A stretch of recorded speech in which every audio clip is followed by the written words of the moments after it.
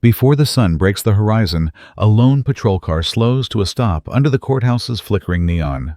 Officer Malik Mitchell's hand hovers over his holstered sidearm eyes, narrowing as he surveys the trembling figure forced to kneel beside the defendant's bench. He doesn't need evidence. Skin alone is enough to convict in his mind. Every bead of sweat on the boy's brow becomes proof of guilt. The fluorescent glare casts long shadows that swallow innocence whole. In that heartbeat of hesitation, the line between protector and predator blurs into dread. Sound off below if you've ever felt the weight of suspicion before proof, and subscribe to follow this harrowing journey in full. Officer Malik Mitchell stood ramrod straight beneath the courthouse's harsh lights, boots planted wide enough to claim every inch of the polished floor. The faint hum of air vents and shuffling papers filled the courtroom, but Mitchell heard only his own pulse beating an urgent tattoo against his ribcage. He'd patrolled these streets for 15 years. He knew when something didn't fit his tidy categories. And here before him was the ultimate misfit, a scrawny 17-year-old black teenager face drawn with fear. Aaron Carter's hands trembled where steel cuffs bit into his wrists. The boy's gray t-shirt clung damply to his ribs, pulsing beneath the unblinking fluorescence. He'd been led in from the back entrance, traumatized by rough grips and terse orders. Now he stood perched on the edge of the defendant's box, eyes wide, lips parted as if to plead, but the courtroom's silent choreography forbade mercy. Mitchell watched every nuance. Aaron's shoulders lifted with each shallow inhale. His gaze darted, searching for an ally among the wooden benches. There was none. Not here. Not in Millstone, where Mitchell's reputation as a no-nonsense enforcer kept the city's whispers locked behind closed doors. Here he was, judge, jury, and the unspoken executioner of a verdict dictated by prejudice. Witness statements had called it suspicious behavior.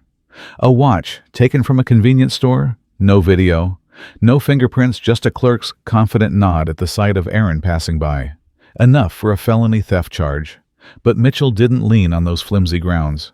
He thrived on instinct. He'd learned that skin could outweigh facts every time.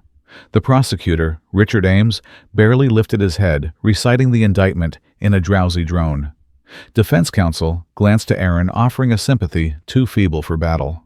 On the stand, Aaron's voice quivered as he tried to explain, but Mitchell cut across every syllable with his stone stare. He stepped forward, hand ready to guide the boy back into compliance. The soft click of Mitchell's boot against the marble dais felt like an accusation. Aaron flinched. Mitchell straightened feet apart, exuding power. He needed no words. His presence was enough to cage the teenager in shame. A whisper passed from bench to bench. Another young one lost. But silence won the day. Legal inertia, they called it. Even those who recognized the injustice dared not defy the officer's floor-to-ceiling glare. As the judge called the next motion, Mitchell felt a static in the air, an undercurrent tugging at his control. He dismissed it at first, chalking it up to pre-trial jitters. But something shifted when the rear courthouse door clicked open. Mitchell's head snapped toward the entrance, instincts prickling. Into that room of muted biases strode a woman in a tailored black coat, dark folder clutched to her side. The hush that followed was not reverence, it was shock. She walked with measured purpose, as if every step had been rehearsed offstage. No hesitation at the threshold. No glance to the bailiff. The spectators hardly saw her until she sat unannounced in the front row near the defense table. The world tilted. Mitchell's breath caught in his throat. He had never encountered anyone who dared intrude on his domain with such calm audacity. A woman who refused to bow. Something about her air, her unflinching poise, carved through Mitchell's ingrained confidence like a blade. He forced his jaw to unclench, reminding himself that this was no ordinary spectator. His eyes flicked to her folder, then up to her face. Not a flicker of nervousness, only unwavering resolve. She met his gaze for one blazing second, and he felt it a mirror shattering his illusions. This was no visitor, this was a reckoning. The prosecutor cleared his throat, regaining his feigned composure. The judge squinted at the stranger, then at his docket. His ancient gavel hovered, uncertain whether to call attention to her. Mitchell swiveled on his heel posture, rigid, ready to squash this disruption. He refused to be unsettled, not in his courtroom where he'd bullied, silenced, and crushed so many before.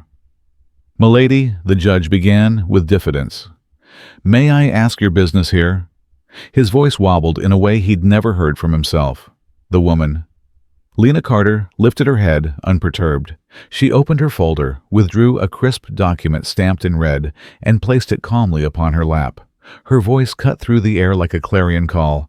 "I have just been sworn in as chief of police for this district. I am here to observe proceedings and ensure justice is served." A shuffle of feet. Mitchell's stoicism cracked. The judge's gavel tapped wood, as if pleading for normalcy. But the courtroom had already creaked, free of its hinges. Aaron Carter's gaze found his sister's hope flickering across his fear-painted features. The spectators leaned forward, as though drawn by a gravitational force they could not name. Mitchell swallowed against a sudden dryness in his throat. The unassailable truth of her words, her legitimate authority, pulled at his foundation of power. He had always believed that he enforced the law. Now he realized how little he understood about justice. He forced himself to stand taller to reassert dominion. But Lena Carter's presence rang louder than his badge. The air around him thickened. Every breath tasted of uncertainty. He replayed his instincts, trained, sharpened, weaponized. They felt hollow, now echoing in the emptiness she inspired. Across that courtroom, in the gray morning light, the predator confronted its own reflection and for the first time did not recognize itself. Dan. Enjoyed the tension? Drop A in the comments, hit subscribe, and stay tuned. Part 2 unravels the silent standoff you won't want to miss. Hook. A single stolen watch, 0 fingerprints, infinite doubt. Officer Malik Mitchell's glare bore down on Aaron Carter as the young teen stood shackled at the defendant's rail.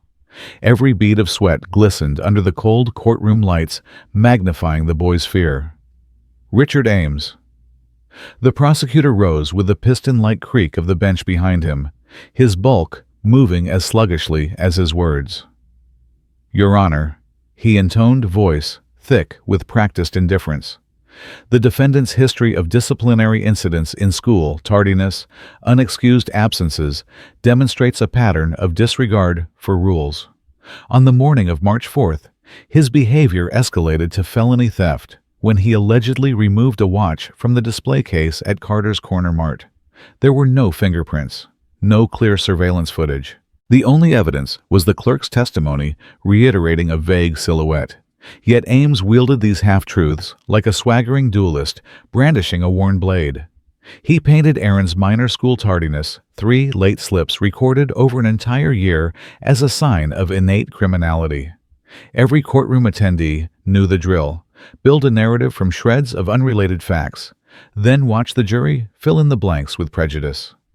Aaron's defense attorney, Marlene Davis, sat hunched at the table, her tweed jacket nearly swallowing her slight frame. She fingered the edge of her briefcase, aware that she had nothing solid to counter the prosecutor's sweeping claims. She hadn't been the one to demand the case. It had been assigned to her by senior counsel, who assured her it was an easy win.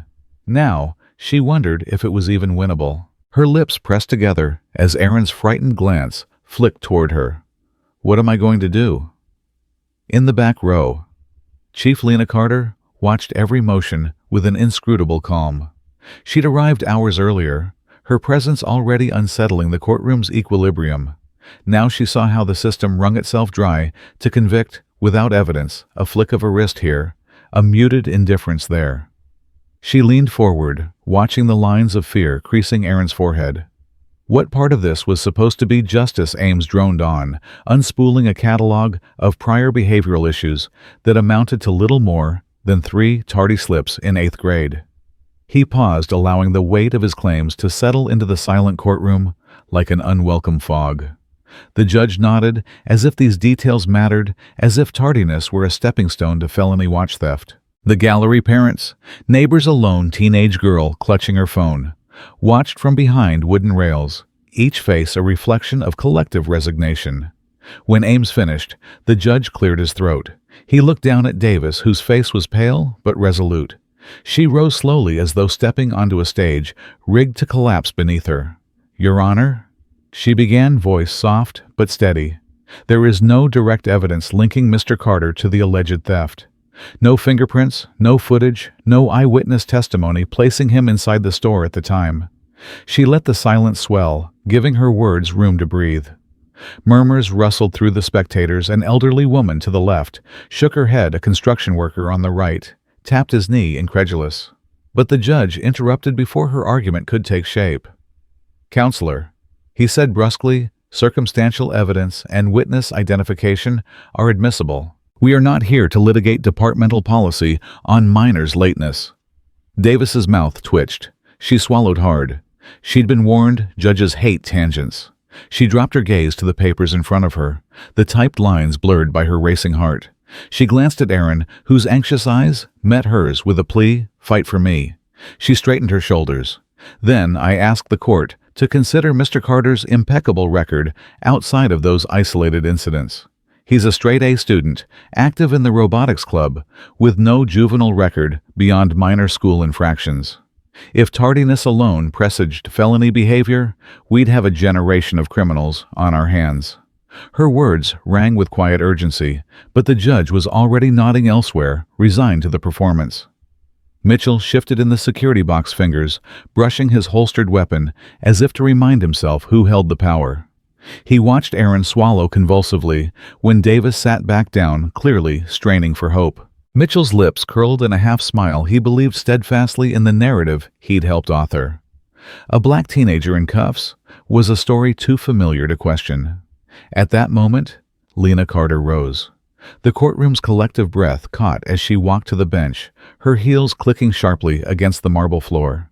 She carried no badge in her hand, only her police ID clipped inside a leather wallet and a stack of documents. Every eye was on her, the judge's furrowed brow, the prosecutor's narrowed gaze. Even Mitchell's predatory focus faltered. Lena spoke with calm precision. "Your Honor, with permission, I request that we subpoena footage from surrounding businesses. There was a produce market 2 doors down with cameras that may have captured the suspect's entry and exit." A collective murmur spread. The judge glanced at his docket, then at the clock ticking overhead. "Chief Carter's request has merit," the judge conceded, as though compelled by her rank. "We will issue the subpoena." In that split second, the entire courtroom shifted. Aaron's shoulders relaxed for the first time, a fragile relief suffusing his eyes. Mitchell's control slipped taut like a fraying rope. He hadn't anticipated a challenge of this caliber. His instincts were trained to quash defiance, not accommodate it.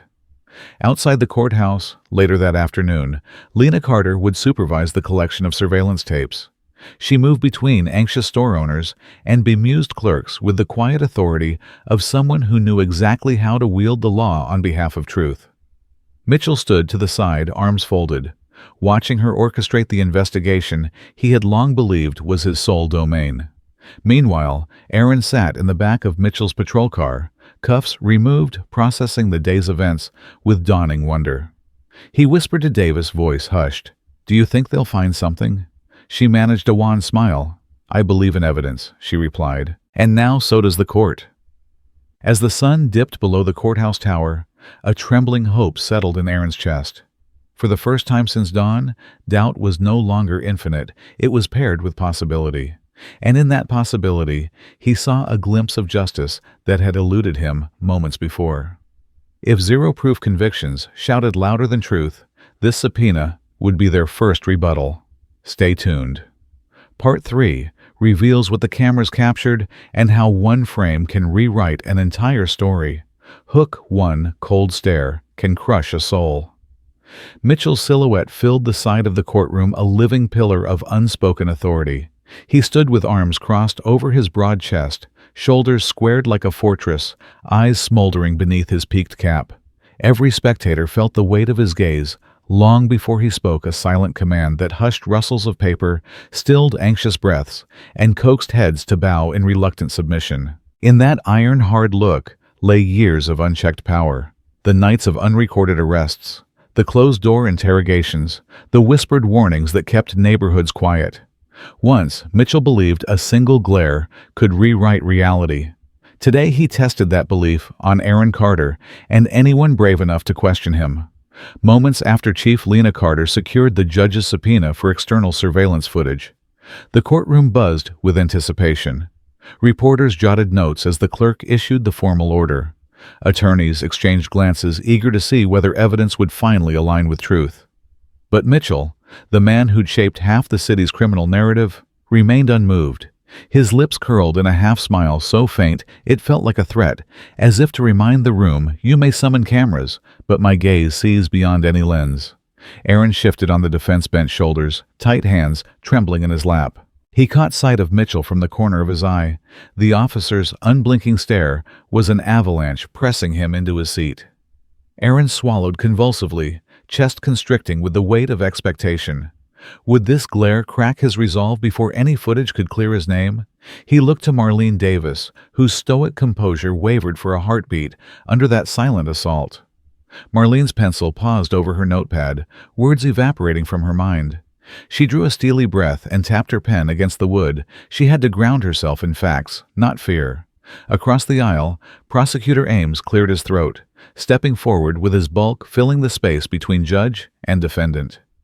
"Your Honor," he intoned voice as lethargic as dripping honey. "I trust the court will expedite the review of this new evidence. But until then, Mr. Carter remains in custody." He flashed a courteous nod at Mitchell, the silent sentinel, who closed his eyes briefly, savoring the affirmation that his presence alone could sway outcomes. The judge, an elderly man more accustomed to ceremonial gaveling than real drama, peered over his spectacles at the prostrate Aaron. "Very well," he said, voice quivering like pages turning in a gale. "We will reconvene when the footage arrives. Bail is denied, a risk of flight remains."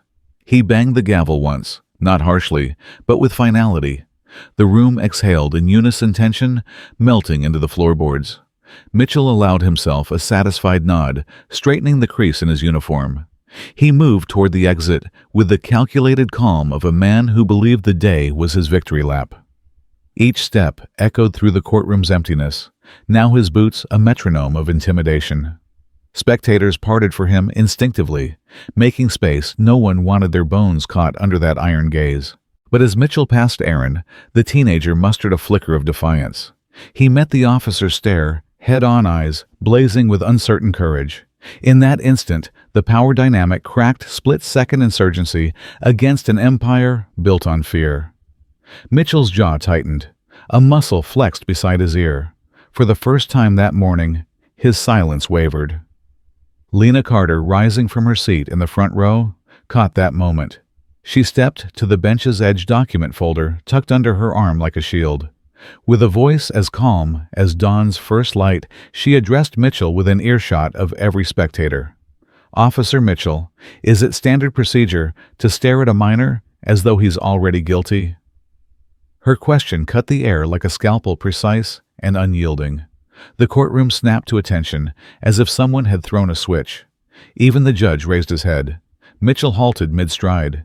He pivoted cuff of his uniform, brushing the bench. His dark eyes locked on Lena's, no moderate flicker of recognition, only that familiar, cold spark. To the court, it read as unspoken challenge. To Aaron, it felt like a lifeline. He wasn't alone. Ames stepped back, eyebrows knitting together. He cleared his throat, stepping into the breach with procedural propriety. Chief Carter's remarks are noted. "Your Honor," he said, voice wavering as he stole a glance at Mitchell, whose posture remained rigid as steel. The judge, roused from his stupor, adjusted his robe. "Let us maintain decorum," he said, though his tone betrayed fascination with the confrontation. "Court is adjourned until further notice." As the heavy door swung open, onlookers poured out in clusters, buzzing with whispered theories about Mitchell's unsettled expression. Reporters clamored for sound bites. Legal interns hurried to relay notes to texting phones. Aaron slumped back in his seat, not from defeat, but from relief that he'd met a glare and hadn't flinched. Marlene Davis laid a steady hand on his shoulder. "We're one step closer," she murmured, gathering her papers. Lena lingered near the front, watching Mitchell disappear down the hallway. She recognized the transformation in his stride, once confident, now burdened by the knowledge that someone refused to look away from him. She slipped her badge back into her pocket and turned toward Aaron. "I'll see you at the hearing," she said softly. Aaron nodded, voice caught in his throat, but eyes alight with gratitude. Outside, the crowd had spilled onto the courthouse steps. Someone had already posted a clip of Mitchell's frozen stare, captioning it "Badge of Intimidation." Within minutes, the video racked up dozens of shares under the hashtag #CourtroomStareDown. Comments flooded in, some condemning the officer's tactics, others dismissing it as necessary vigilance. The digital crowd had joined the courtroom, their verdict suspended, but their outrage palpable. Nearby, a teenage girl locked her phone screen on Mitchell's glower and texted, "Did you guys see that stare?" If you've ever been bullied by someone in power, drop a below. Instantly, a chain reaction of reactions unfurled. "My uncle is a cop, and he never stares like that." Lena watched the tide of online fury rise. She knew the real fight lay not in viral clips, but in the unblinking resolve to see justice served. Mitchell's iron gaze might intimidate in person, but now it faced the unblinking lens of public scrutiny, and there was no winking it away. As dusk settled, the courthouse emptied. The grand stone steps glowed in the fading light, a silent amphitheater to the day's power struggle. Aaron and Marlene slipped down the side entrance, exchanging hopeful glances. Lena paused at the threshold, hand resting on the steel frame. In her mind, she framed the next step subpoena, follow-up footage review, and preparing to confront Mitchell again, this time armed with undeniable proof. Behind her, the word justice was carved into the building's facade. Tonight, that inscription was less slogan than promise. Because power could glare, but it couldn't hide forever.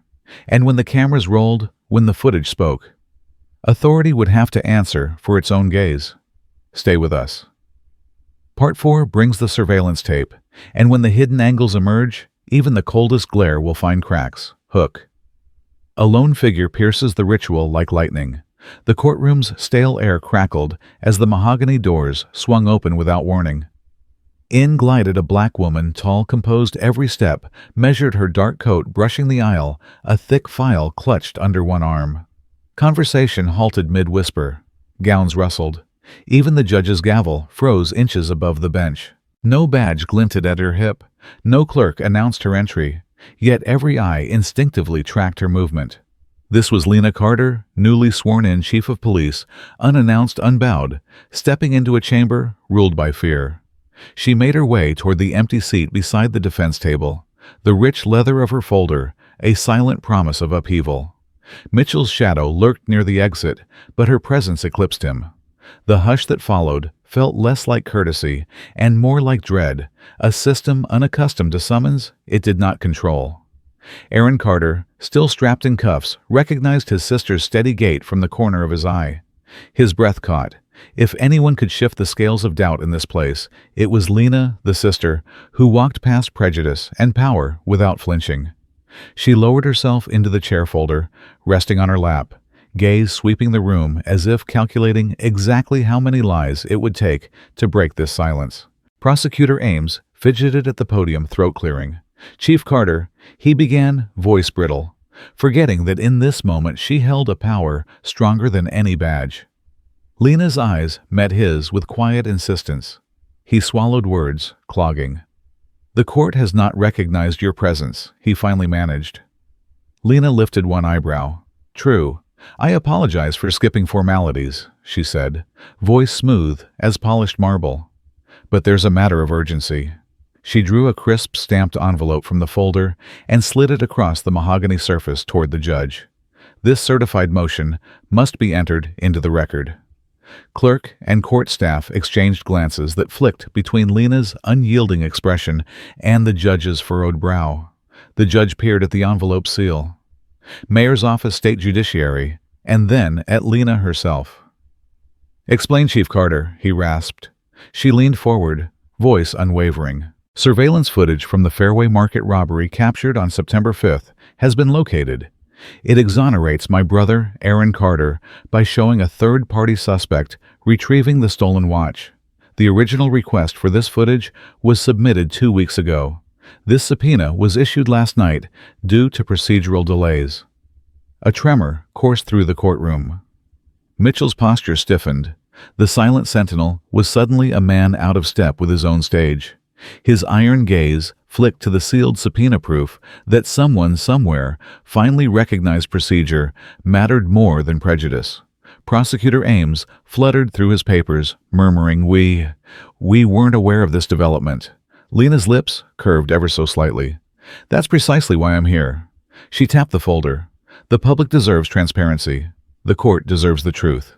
A tense beat stretched the judge, reached for the envelope, breaking the seal with a wavering hand. He unfolded the motion and read. Each word he spoke aloud felt like a hammer striking the courthouse walls. Ordered, he declared that the Fairway Market footage be reviewed in open court at once. He rapped the gavel. Court stands in recess for evidence submission. As the doors swung open again to admit the video technician, Lena rose silently. She had delivered her challenge unannounced, unstoppable, and now watched the courtroom's ritual prepare to pivot on her revelation. Spectators drifted toward the monitors, murmurs of shock and relief weaving through the seats. Aaron's defense attorney, Marlene Davis, blinked tears back, nodding in gratitude. Mitchell remained rooted near the exit, watching as the arena of his authority folded inward. He had enforced tableau after tableau, terrified witnesses into obedience, but never faced a presence that wouldn't flinch a truth they refused to ignore. His cold stare, once absolute verdict, now lay exposed as mere intimidation. Lena stood at the bench's edge, arms crossed, letting the scene unfold, the footage loading the judge's impassive face, flickering in the glow, the true thief riding past in grainy clarity, Aaron racing back on his bike to return the watch. The video rolled again, Aaron's bike tires slicing pavement, the old man's relieved smile, and Mitchell's own shadow on the scene, hand on Aaron's wrist as cuffs snapped shut. A torrid silence deepened into a collective intake of breath. The unflinching footage spoke louder than any protest. Chief Carter didn't need to comment. In her quiet composure, she embodied the justice that had been denied in this room for too long. When the playback ended, she closed her folder with a soft click.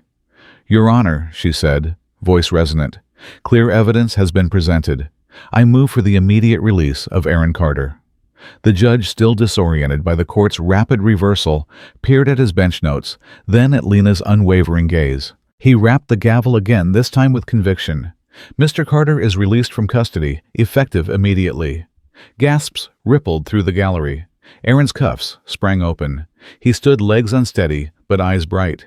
He glanced at Lena, gratitude unspoken electric in the space between them. Marlene Davis stepped forward to collect her client's case file. Reporters surged for their phones. Already the hashtag #unannounced justice raced across feeds. Mitchell exhaled through his nose, the sound harsh as grinding steel. He backed toward the exit, shoulders hunched, authority crumbling behind him.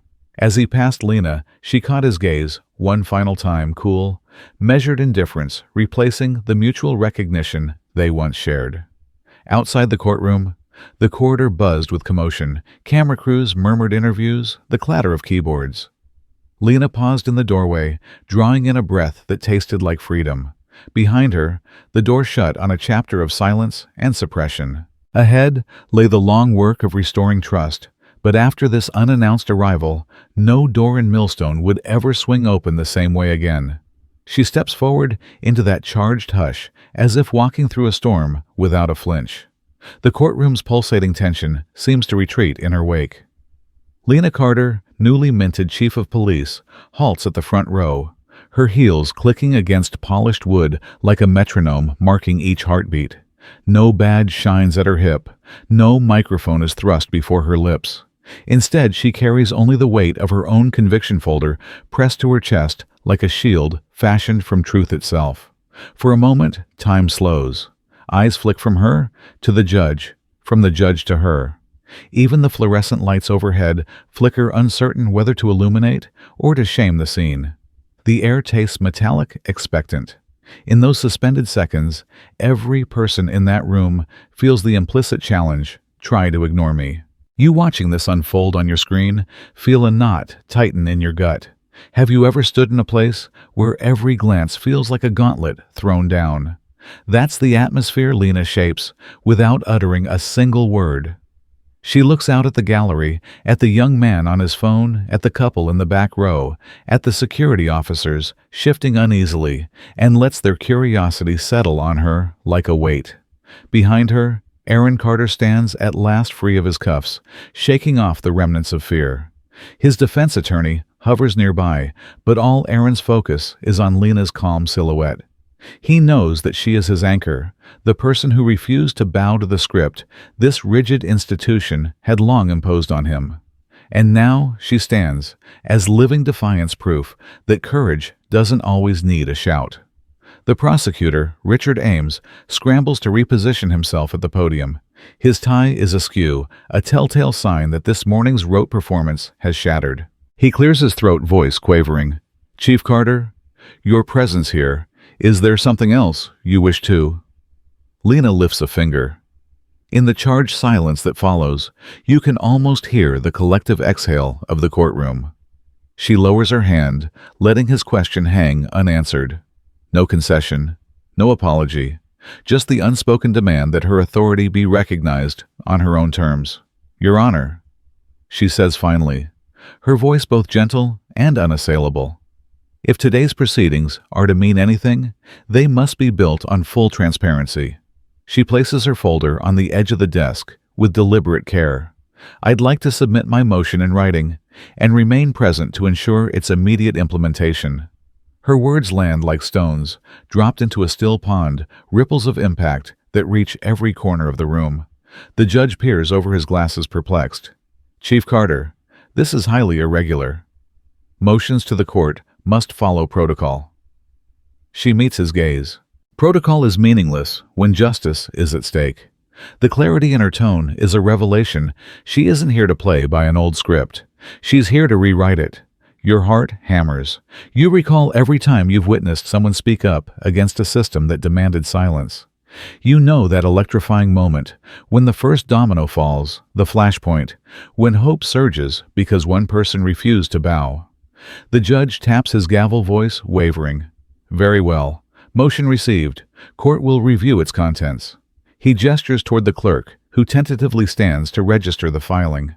The gavel's echo seems hollow compared to the heavy gravity of Lena's act. But she doesn't wait. With no applause or fanfare, she turns and takes her place beside the judge's bench, equidistant from prosecution and defense, visibly occupying the space of authority. You can almost feel the camera zoom in on her face, composed, unwavering, the kind of quiet power that demands loyalty rather than instilling fear. The clerk distributes copies. Murmured rustling fills the room as pages change hands. You see Richard Ames's knuckles whiten as he reads the lines, a detailed request to integrate newly discovered evidence, to grant an immediate hearing on the exonerating footage, and to mandate an internal inquiry into the procedural delays. This motion doesn't merely seek justice for one teen. It strikes at the heart of every closed door and hushed complaint that has long gone unanswered. You lean forward, compelled by her audacity. Have you ever watched someone stand so still, yet move so many hearts and minds at once? Mitchell remains at the rear. Arms crossed, jaw clenched.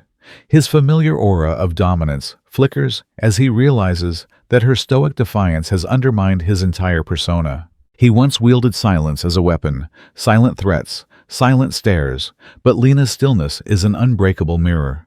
His power depends on everyone else's submission. By refusing to submit herself, Lena forces them all to question their own compliance. A hush falls as the judge nods and addresses the gallery. "We will recess for evidence review. All parties will reconvene in 30 minutes. Another gavel strike, but this time it carries resolution rather than resignation. Lena quietly slides from the front row to the edge of the bench. You watch her every breath. She allows herself a brief nod toward Aaron, a reassuring gesture, subtle but profound. His shoulders relax. He straightens his posture, evidence that her presence instills strength beyond legal arguments. The crowd begins to stir. Witnesses whisper to their neighbors, clerks exchange anxious glances. Even the stenographer pauses mid-keystroke. And everywhere, eyes flick to Lena Carter, as if she's become the gravitational center of this world in miniature. Interactive moment. Hit pause. Imagine yourself in that courtroom surrounded by strangers whose eyes dart between you and the person who dares to alter the course of events. What would you feel? Empowered? Terrified? Share your reaction in the comments. Your voice matters too. The room empties systematically. Witnesses file out, reporters descend the steps to queue for interviews, and guards reposition their posts. Lena slips to the side corridor folder, still firmly in hand. She doesn't hurry, doesn't linger. She walks with the measured precision of someone who knows that every stride is part of the message. Dignity does not require grand gestures. It insists you hold your ground. As she disappears down the hall, you catch a glimpse of her profile in a window pane, the reflection of a woman remaking a system one motion at a time. And you realize that her calm was never passive. It was the most explosive force in the room. Moments later, the footage technician begins to wheel in equipment, but the courtroom's atmosphere has irrevocably shifted. The veneer of unquestioned power has cracked, and now every action, every procedure will unfold under the weight of Lena's unyielding presence. The viral clip of this courtroom intruder turned chief is already in motion, destined to ignite conversations far beyond these walls. Stay tuned, because in Part 6, that presiding gaze will meet new truths, and justice will be tested in ways no one expects. And if you believe that calm can indeed be more disruptive than chaos, smash that like button and subscribe for the next chapter of this cinematic saga. Hook 3 words. Stop a tyrant cold. Mitchell's fists clenched so tightly at his sides that his knuckles threatened to crack. The air between him and Lena Carter seemed to shimmer with raw heat. All morning he had wielded authority like a weapon. Silent stares, folded arms, the unspoken command to bend before his presence. But now, his polished mask of composure was cracking, revealing the seething storm beneath. Who are you?" he spat, voice ragged with disbelief. Each word was a blow meant to intimidate. The gallery leaned forward collectively, inhaling. Even the judge's gavel hovered suspended in midair, as if frozen by the sheer force of Mitchell's fury. Lena didn't flinch. Her calm was a cloak woven from decades of experience and unshakable purpose. She reached into her black folder without hesitation, fingertips grazing the edge of the documents clipped inside. The courtroom's fluorescent lights glinted off the paper as she slid a crisp, embossed certificate across the desk toward the judge. The judge, midway through a pen stroke, froze. His eyes darted between Mitchell's contorted face and the document bearing the city seal. Lena's voice, measured and resolute, filled the silence. Chief Lena Carter sworn in this morning at precisely 8:15 a.m. You'll find all signatures and seals properly authenticated. She allowed the paper to rest on the wooden surface, as if staking her claim to every inch of the room's authority. A heavy hush settled. Mitchell's chest heaved, nostrils flaring as he stared down at her name in bold lettering. The certificate glowed like an unexpected sunrise in the stagnant courtroom. Here stood the highest-ranking law enforcement official in Millstone, his new boss. Yet, he looked ready to crumble under her gaze. In that moment, you watching the screen feel the electric shock of truth. The tyrant, undone by a simple name, a signature, a legal reality he never saw coming. Have you ever thought power lay in fear alone? Think again. The judge cleared his throat, voice quavering as he regained his composure. "Officer Mitchell," he said, not unkindly, but with the firm gravity of the law, "it appears you've detained a police chief without cause. This court recognizes Chief Carter's authority. You will stand down and yield control of this proceeding." Mitchell's jaw worked, but no words escaped. His usual retort, the clipped commands, the threat-tinged tone had evaporated, leaving only raw indignation. He took an involuntary step back, as Lena's motion had done more than shift the dynamic. It had erased his presumed dominion. You can almost taste the tension, the quiet hum of courtroom technology rebooting, the faint rustle of papers, as attorneys shuffle the newly filed motion into their binders, the judge's gavel tapping twice final. It resonates like the seal on a coffin burying the old order. "Proceed," the judge said, nodding once toward Lena, granting her the floor.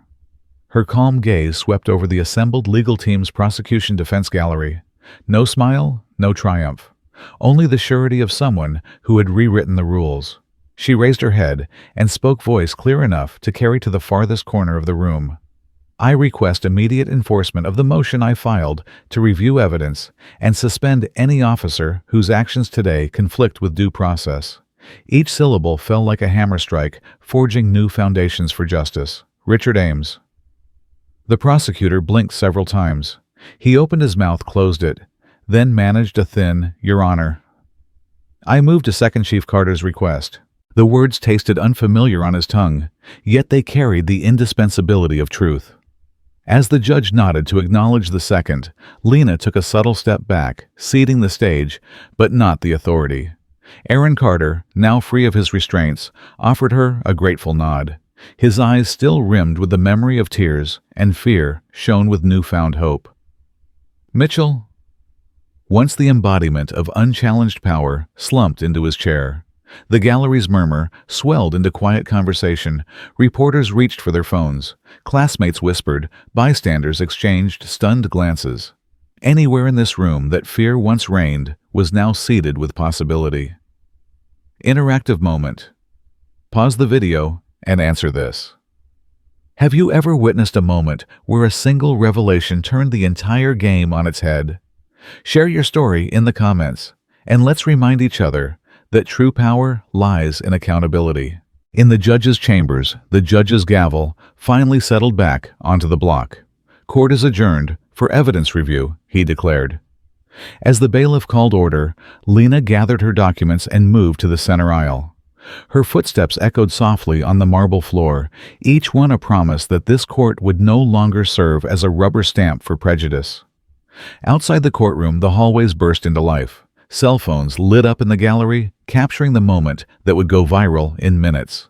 Chief Carter versus Mitchell flashed across screens. Social feeds ignited with clips, GIFs, and outraged comments. You can almost hear the notification dings as viewers around the world paused their routines to watch a woman stand her ground. Mitchell lingered at the bench, staring vacantly at the now empty front row. The realization washed over him that a name could carry more weight than the uniform he'd clung to for years. Power wasn't just in the badge, it was in the will to wield it justly, and he had failed that test spectacularly. Back in her office later, Lena watched the first wave of footage compiling on her screen, the slow-motion reveal of her certificate, the micro-expressions of disbelief on Mitchell's face, the gallery erupting into whispered discussions. Each replay was a reminder that change had begun. She didn't crow about the victory. Instead, she typed a brief message to the Millstone PD command staff: authority recognized, procedures updated, full review initiated. And then she closed her laptop. No grand statement, no self-congratulation, just the quiet satisfaction of progress. As she packed her folder, you feel the same swell of resolve, that anyone watching that moment would feel the notion that systems can shift, that long-held assumptions can be overturned, that justice isn't a prize won by force, but a covenant honored by truth. For Officer Mitchell, the coming days would be spent answering to those three words: Lena Carter, Chief of Police, and the authority that came pinned to her name. For the people of Millstone, a new standard had been set, a reminder that anyone, regardless of rank, must answer the call of accountability. And for you, the viewer, the question remains: when faced with the name dropped like a gauntlet, will you step forward and pick it up? Stay tuned for Part 7, where the bystanders' voices break the final silence and justice finds new champions in the most unexpected corners. Hook. When titles collide, doubt blooms. The murmur of hushed conversations ripples through the courtroom like a tremor just beneath the surface. Officer Malik Mitchell, once the unchallenged arbiter of order, sits at his bench, the weight of Chief Lena Carter's quiet words hanging in the air: "I can suspend you." The phrase wasn't shouted, it needed no volume. It landed with the precision of a sniper's bullet straight into the heart of his authority. For 15 years, Mitchell's presence alone had been enough to bend proceedings to his will. He never needed to raise his voice, his mere posture, rigid and unbending, sufficed to silence dissent. Journalists learned not to move during his courtesy walkthroughs. Defense attorneys held their breath when he stood near the witness stand. Judges deferred to his vantage point behind the bailiff's rail. He was the living embodiment of law's iron fist. But now the pillars of his dominion tremble. The glossy surface of a control reveals tiny fissures. His palms, once steady at his sides, start to flex knuckles, whitening with tension. He shifts in his seat boots, scuffing the polished floor. Each motion betrays the growing unease. Beneath that uniform, a man trained to command respect feels the first prick of uncertainty. Across the aisle, Prosecutor Richard Ames straightens his tie, a habit he's relied on for comfort all morning. But even he can't hide the flicker of surprise in his eyes. Lena Carter's authority radiates from her, like heat from a forge, softer than fire, but every bit as transformative. Ames realizes this trial, once destined to be a perfunctory show of force, has become a crucible for justice itself. He exhales a slow, deliberate breath, bracing himself for what comes next. Aaron Carter, freed from his restraints, stands nearby, watching. He's no longer the trembling teenager cuffed for a crime he didn't commit. Today he's a living testament to systemic failure and the promise of redemption. His gaze drifts from his sister's calm resolve to Officer Mitchell's fraying composure. The power dynamic has shifted. He senses it in the courtroom's charged atmosphere. Lena doesn't gloat. She doesn't need to. Her next words carry the weight of statute. Effective immediately. Officer Mitchell, you are suspended, pending review. I expect full cooperation. She lays a hand on her folder, the movement deliberate and unhurried. That simple gesture completes the circuit of authority. The bailiff's hand hovers over his radio as if ready to bark orders, but he hesitates. For once, he must wait for permission. The gears of authority grind to a reluctant halt. Silence, once Mitchell's ally, now exposes him. Mitchell opens his mouth to protest, then closes it. There is no script for this moment, no well-rehearsed line that can recapture the control he's just lost. He swallows, throat tightening, as the courtroom's gaze drifts toward him. The visitors in the gallery exchange glances, some nod in approval. Others stare in disbelief. A freshman reporter scribbles furiously, knowing this is the story that will define his career. Within his chest, Mitchell feels the first real pang of doubt. He's encountered resistance before street crowds, loudmouth lawyers, even fellow officers who challenged a directive. But all of that was contained within known boundaries. They battled within the box of his expectations. Lena Carter stepped outside the box, entirely reshaping it with a single declaration. He stands stiff and unwilling, the uniform suddenly feeling like a hollow shell. The brass badge on his chest seems to warm uncomfortably against his heart. He lifts one hand to touch it, perhaps searching for reassurance in its cold metal, but it offers none. Lena watches him without expression. She knows what each second of his discomfort signifies, the first real crack in the empire of control he spent years constructing. Her own authority isn't born of fear, but of law and principle, and that kind of power can't be toppled with muscle alone. The judge clears his throat, jolting the room back to order. Officer Mitchell, he intones, voice resonant, you will vacate this bench and proceed to the clerk's office to complete suspension paperwork. The words roll over Mitchell like a tide reclaiming sand. He nods once stiffly, then turns on shaking knees and walks down the aisle. Every footstep amplifies the silence. The echo of his boots on marble sounds like an epitaph marking the downfall of a man who once ruled through intimidation. Gallery seats creak as people shift forward, compelled by the spectacle of a fallen enforcer. Not out of schadenfreude, but out of the profound recognition that justice, real justice, has reclaimed its ground. Lena allows herself the smallest of smiles, so slight you might miss it. She watches Mitchell slip out of the courtroom, shoulders rigid. Head bowed but not defeated. His downfall wasn't wrought by spectacle or shame, but by the quiet assertion of rightful authority. In the corridor outside, Mitchell pauses by the clerk's desk.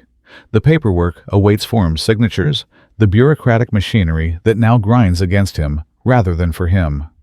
The clerk, a young woman who has seen his kind reduce entire families to trembling witnesses, meets his eyes, not with deference, but with steady neutrality. He realizes she isn't here to serve him. She's here to carry out legal obligations. As he fills out each form, the weight of each word grows heavier. Suspended, pending investigation, violation of department policy. He scrawls his signature on the dotted line, an admission he never thought he'd make. Meanwhile, Aaron and his defense team exchange a brief, grateful look. They know their fight isn't over, but they also know a crucial barrier has fallen. The man who once towered over them, who twisted the system to punish the innocent, now must answer to the same rules he wielded as a weapon. Lena slips out of the courtroom, as well flanked by her aides. The buzz of gathering journalists greets her. Phones flash, cameras roll, but she strides forward with composed assurance. Each step reinforces the new order the law serves. The people, not the power-hungry. You watching this, feel the resonance. A single declaration, a shift in titles can transform doubt into action and topple even the mightiest oppressor. Interactive moment. In the comments, share a moment when you saw someone stand up and rewrite the rules. How did it change the story you thought you knew? As Lena steps into the daylight, the courthouse behind her seems less imposing, more transparent. Her empire is built not on fear, but on accountability. And in Millstone's newly lit dawn, that empire will not crumble again. Hook 1, brutal kick, exposes every lie. The room seemed to hold its breath the instant Officer Malik Mitchell's boot left the ground. Time dilated. The hush of anticipation cracked like ice underfoot. Then collision.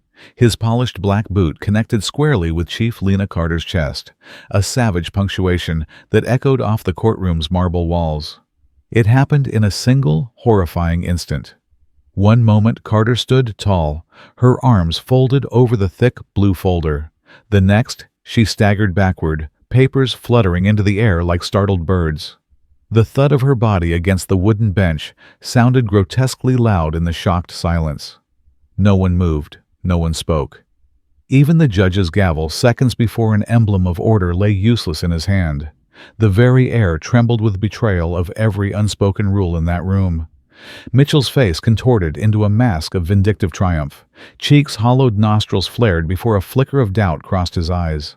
Carter's collapse was not cinematic bravado. It was raw, unfiltered violence made all the more shocking by its venue, a place sworn to uphold justice. She hit the bench with a hollow crack, the moment replaying in slow motion on every witness's retinas. A single fluorescent bulb overhead flickered, casting her in a strobe of clinical light and shadow. The defense attorneys froze mid-twist of paper. Prosecutor Richard Ames's jaw dropped his mouth, a grotesque caricature of disbelief. In the gallery, Aaron Carter's eyes filled with a rage that mirrored his sister's unbreakable spirit. He clenched his fists so tightly his knuckles whitened. A gasp rippled through the spectators. One elderly woman pressed a trembling hand to her mouth. A young man fumbled for his phone, then recoiled, uncertain whether to record or reach for help. In that split second, the courtroom transformed from a theater of coerced compliance into a crime scene. Mitchell, his boot still half raised, stood poised between triumph and terror. For a brutal heartbeat, he basked in the power he had unleashed. Then he realized that the act had unspooled far beyond his control. The same silence that once magnified his authority now exposed his brutality for all to see.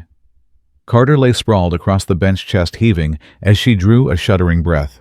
Blood bloomed at the corner of her mouth, and yet there was no fear in her eyes, only the steel of someone who knew the world would watch and who would not be broken. The judge finally spoke, voice cracking with fury and shock. "Officer Mitchell, remove your weapon. This is an assault on a privileged official." His gavel fell repeatedly, each strike demanding order, demanding an end to violence in his courtroom. Mitchell's hand twitched near his holster, then froze. The weight of what he'd done pressed down on him as heavily as the badge on his chest once had. He snapped off his radio earpiece. No backup would save him now. From the back of the room, the bailiff's boots thundered as he barreled forward. Two uniformed officers flanked Mitchell, gripping his arms with the same iron control he had wielded over others. He offered no resistance, a broken soldier caught in his own war. Cameras clicked, and the scene once confined to those wooden benches exploded across smartphones and live streams. A viral moment born of violence, the clip spread in seconds. Mitchell's boot, Carter's collapse the stunned faces of everyone too afraid to intervene until it was impossible to look away. "Stop the feed," Mitchell barked, but the instruction dissolved into the digital ether. His own words were immortalized with brutal clarity. Carter, pressing a hand to her chest, pushed herself back into a seated position. She brushed stray hairs from her face and let the pain ripple through her with serene acknowledgement. Each gasp of breath was a testament she would not be cowed by force. A murmur of outrage swept the courtroom. "He kicked her," someone cried. Another voice demanded arrest him. The collective gasp of conscience, a sound long dimmed in this town, thundered into life. A fellow officer knelt beside Carter, offering a hand. She allowed him to help her up, but her gaze never wavered from Mitchell. The smoldering intensity of her eyes declared without words that this would not end here. Mitchell was escorted to the back hallway, head bowed but not hidden. He passed through the double doors as the courtroom erupted into frantic whispers. Reporters shouted questions he could not or would not answer. Cameras followed, capturing every falter in his stride. Inside the empty courtroom, Carter squared her shoulders and approached the bench. The judge, still pale, handed her the gavel. She tapped it once deliberately, and the sound cracked through the space like a final judgment. "Order in this court," she said. Her voice was low, controlled, the calm after the storm. But it carried the charge of someone who'd just been tested by violence and refused to retreat. Down the corridor, Mitchell waited in a dimly lit anteroom. Two detectives read him his rights, a routine now turned surreal. The words hung heavy in the stale air. "You're under arrest for assaulting a protected official." He closed his eyes, the echo of his own aggression, the only answer he found. On the courthouse steps, moments later, the press circled Carter like sharks. Flashbulbs popped in rapid succession. But she emerged silent, letting her presence speak volumes. She lifted her folder high, the emblem of her office gleaming in the daylight. The viral clip had already transcended local outrage. It was trending nationally. Police chief kicked by officer.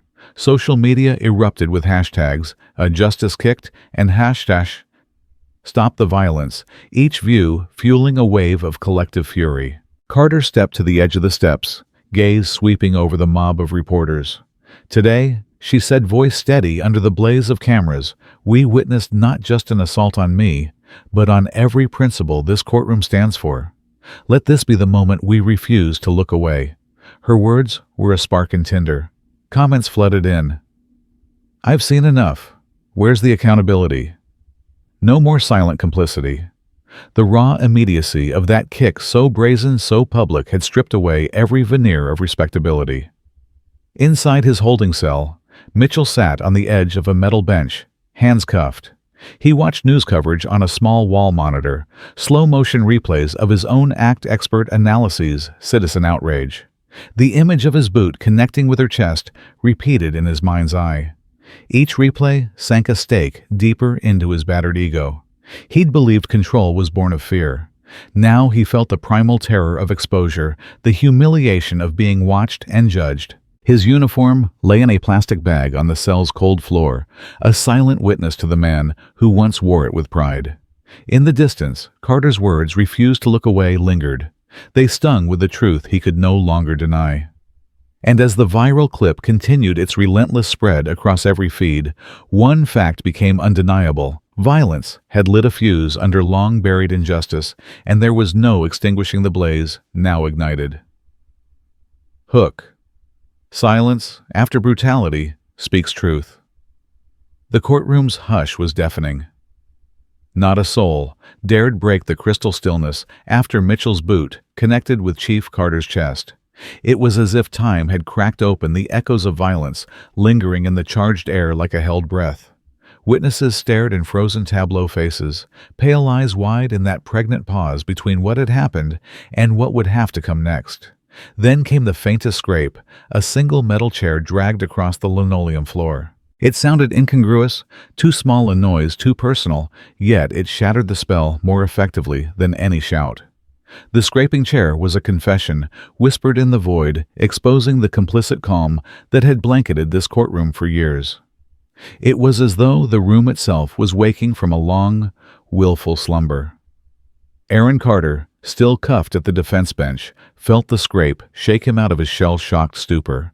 His heart pounded not from fear, but from a glimmer of hope. Perhaps finally someone would dare speak. A woman in the back row blinked, then covered her mouth in horror. A young man at the side raised his phone tentatively, as if testing the waters between recording and intervening. Even the judge, white-knuckled on his gavel, seemed to unlearn his resignation, his shoulders straightening, as if the violence before him demanded more than procedural calm. The bailiff was the first to move, closing the gap between Mitchell and the bench with purposeful strides. His uniform, once a symbol of order, now carried the weight of personal shame as he gripped Mitchell's arm and led him away. The click of Mitchell's handcuffs, once a tool of forced submission, now rang like justice finally unshackling itself. Chief Carter, steadied by two colleagues, rose from the bench with deliberate grace. She pressed a hand to her side, where bruising bloom would soon appear, but she refused further assistance. In her eyes burned a quiet demand: acknowledge what just happened. She walked to the center of the courtroom, each step reclaiming space that had been denied her. A ripple of murmurs began, tentative at first, then swelling into a tide of outrage. He kicked her. Someone breathed. "What is this?" another whispered. Those words, once unthinkable in this room, now tumbled out unchecked. For years, injustice had worn the mask of routine. Now it wore the stain of exposed cruelty. The judge cleared his throat, finally recapturing his voice. Yet even his tone was transformed, no longer detached, but edged with moral urgency. Order in the court, he commanded, but it was not to suppress speech. It was to punctuate it, to give the outrage a beating heart. This assault will be recorded verbatim in the transcript. We will have a full hearing on Officer Mitchell's conduct immediately. The phrase "full hearing" sounded alien in a courtroom used to perfunctory rituals. The bailiff's footsteps receded as Mitchell was led out, replaced by the judge's steady gavel, marking the court's first acknowledgement that violence cannot hide behind procedure. Outside the courtroom doors, hallway tiles reflected the sudden bright light of cell phones. Reporters from nearby news vans flooded the corridor, clamoring for footage, statements, headlines. Their pens and cameras were the new gavel wielding the power of public scrutiny. Inside, Carter returned to her place at the front folder, clutched to her chest, as if guarding every page of justice she represented. She met Aaron's eyes, offering a small, resolute nod. In that brief exchange, she conveyed both apology for what had happened and promise that it would not define him or their family's legacy, but that it would change this system forever. A ripple of determination spread through the spectators. One young lawyer stood, voice trembling with righteous indignation. "Your Honor, this is more than an assault. It's a symbol of a broken system. We demand a special oversight inquiry." The judge paused, recognizing that this courtroom was no longer the sovereign arbiter. The people inside it were. He nodded, and for the first time in years invited public witnesses and testimony beyond the scripted few. Cell phones buzzed. The courtroom's streaming feed surged as viewers tuned in, hearts pounding at the raw authenticity of what unfolded. Social media chatter exploded. Courtroom kick, shock, silence, shattered. Finally, justice speaks. Viewers, once passive observers, were now active participants, flooding comment sections with outrage and solidarity. In a nearby pew, a middle-aged man rose, his tie, loose in voice, steady. "I've seen injustice here for years. Today we all saw it in the flesh. It's time to end the illusions." His words carried the weight of collective pain, and others followed. Students, clerks, citizens, whose silence had been their protection, now found their voice. The bailiff returned, ushering in a wave of witnesses. The courtroom stenographer. Her fingers paused above the keys. The court clerk who had filed Mitchell's prior commendations without question. Even a young officer who had stood near the side door, eyes downcast. Each came forward to recount not only what they had seen, but what they had felt: shock, guilt, shame for looking away. Each testimony was a bolt tearing the courtroom's silent agreement into tatters. Carter listened, eyes glistening not with tears, but with unshed vindication. She took meticulous notes, every word a brick in the new foundation she intended to lay. From the hallway, footsteps approached. Lieutenant Renee Alvarez, summoned by the judge. She entered with purposeful calm, clutching a stack of internal memos. In her hand, new orders to suspend Mitchell with immediate effect and begin a department-wide review of use of force protocols. She laid the memos on the bench, and in that gesture, the institutional machinery began to turn. A collective exhale rippled through the room. The bailiff placed Mitchell's badge on the bench beside the memos, a silent artifact of misplaced authority. No one moved to reclaim it. Outside, the afternoon sun had climbed high, illuminating the courthouse steps, where protesters had begun to gather signs reading "No more silent witnesses" and "Justice needs witnesses, not walls." A drone hovered overhead, capturing the swelling tide of demand for accountability. Inside, the judge banged his gavel once more, announcing an immediate recess to allow for the special oversight team's arrival. As the crowd dispersed, Carter stepped toward the door, pausing to look back at the emptied benches. She traced her finger along the carved wood, a silent promise to every name etched there, to every life touched by justice or its absence. Then, she stepped outside into the light, joining the sea of reporters and citizens, her coat still bearing the faint imprint of that savage kick. She held her folder like a talisman, bearing the evidence of a system reborn. Mitchell, now in custody, watched from a secluded, glass-enclosed holding area. His chest heaved, not with triumph, but with the realization that the silence he'd relied upon had shattered around him. And as Carter passed by eyes forward, the echo of his own action chased him the scrape of a dragged chair, the murmur of awakening voices, the collective roar of a community reclaiming its power. In that long, resonant silence, the truth spoke louder than any gavel. Justice, when haunted by its own complicity, finds its voice only when someone dares to make the room quake with outrage. And today, it had finally begun to quake. Hook words weightier than shouts. A heavy hush settles over the courtroom as Lena Carter rises from her seat. Every head turns, every heart skips a beat. The silence is not empty. It's the charged pause before a verdict of conscience. Her folder, now cradling both injury and authority, snaps shut. She gathers the scattered pages with a quiet determination that outshines any shout. As she steps forward, the polished wood floor seems to guide her each footfall, resonating like a gavel's echo. Mitchell's absence, escorted out hours earlier, lingers like a missing chord in a symphony of power. The judge, flanked by solemn clerks, leans forward waiting. Reporters clip their microphones to the edge of the bench. Phones raise on tripods, capturing every nuance. Lena's voice, measured and crystal clear, cuts through the stillness. "Your Honor, this isn't justice. My brother is innocent." The words drop like boulders into a placid pond. Ripples of disbelief, relief, and righteous indignation spreading in every direction. A teenage gasp echoes from the gallery. Aaron Carter's eyes lock on his sister's. He sees not anger, but unyielding conviction. His trembling lips part, ready to speak, but he waits. The judge's gavel rests idle, as if unsure whether to reclaim its authority. Lena continues unhurried each phrase, a spotlight illuminating buried truths. "From the moment this courtroom opened its doors, I watched evidence get twisted. I watched procedures serve prejudice. And I watched a young man in cuffs, my brother, become an unwitting actor in a play he never auditioned for." A clerk's pen hovers over the transcript notebook. Reporters inhale sharply. The gallery leans in as if inches away from this revelation. Lena's eyes don't flicker. They map the faces of everyone in the room. This courtroom, she says, her tone soft but unbreakable, has recorded every detail of that stolen watch, every testimony, every pulpit of authority. Yet, no one asked the one question that matters most: who really took that watch? And why was my brother the first suspect, instead of the one who returned it? A murmur ripples through the benches. The defense attorney stands abruptly, fingers clenching. Even the prosecutors shift in their seats, suddenly aware that their standard script may no longer suffice. Across the room, a young office clerk blurts out, "Tell us what you saw." Lena nods, extending her hand to the defense table. The folder in her grasp slides across like an offering.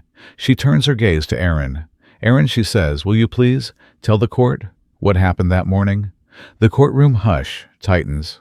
Aaron stands, shoulders straight, for the first time all day. He steps to the witness stand, every movement deliberate. Microphones click on instinct. He glances at the judge, then at his sister, then at the empty space where Mitchell once stood. I saw the thief run, and heard the elderly man cry out. Aaron begins his voice stronger than expected. I chased him because I thought it was the right thing to do.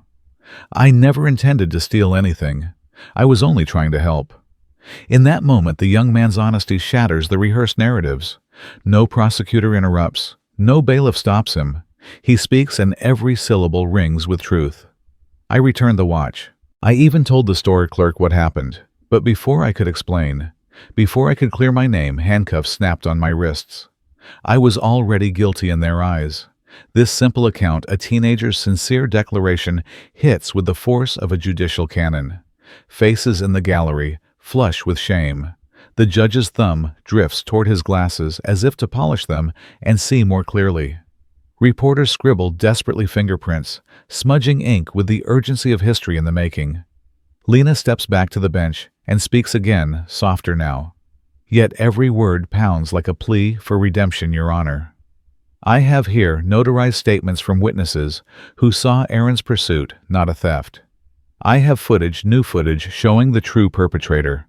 And I have before you the certified appointment papers, confirming my authority to demand that this court do more than recite ritual. It must fulfill its promise, equal protection under the law. She slides a USB drive across the bench. The clerk loads the file. A hush deeper than before. The judge, for the first time, watches evidence in real time. Grainy images flicker on the side monitor. Aaron in pursuit, the thief's face revealed for a split second, Aaron returning the watch, the elderly man's tearful gratitude. Then Aaron alone, turning to hand it back before the cuffs. The courtroom exhales. A single tear rolls down a juror's cheek. The prosecution's notebook lies forgotten. The defense attorney, renewed with purpose, steps to cross-examine Mitchell's report, weaponizing logic against the hollow tropes of suspicion. At the front, Lena stands silent witness. She watches as the courtroom, long anesthetized by routine, finally rouses itself to genuine deliberation. The judge rubs his forehead, then taps the gavel, not to silence, but to commence a new chapter. "We will recess for 1 hour," he declares, voice weighted with newfound gravity. Upon return, this court will hear motions to dismiss based on newly presented evidence. A shiver runs through the spectators.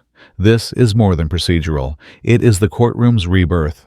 Phones rise again, capturing the verdict before it's uttered. A teenage girl in the gallery dares to whisper, "She saved him." A young lawyer nods, wiping tears. As the recess is announced, Lena turns to Aaron. He meets her gaze. No words needed. She presses his hand. His nod conveys everything: gratitude, relief, hope. In the corridor beyond, reporters swarm, shouting questions. Lena composed fields them with measured answers. Justice delayed is justice denied. Today we begin to correct that. Each statement lands like a promise in the public record. Not even the flurried footsteps of staffers can drown out the resonant truth. A sister's quiet judgment laid down in calm has undone a lifetime of scripted injustice. And when the courtroom reconvenes, the next gavel will not just signal a recess or routine ruling. It will mark the moment a system remembered how to listen.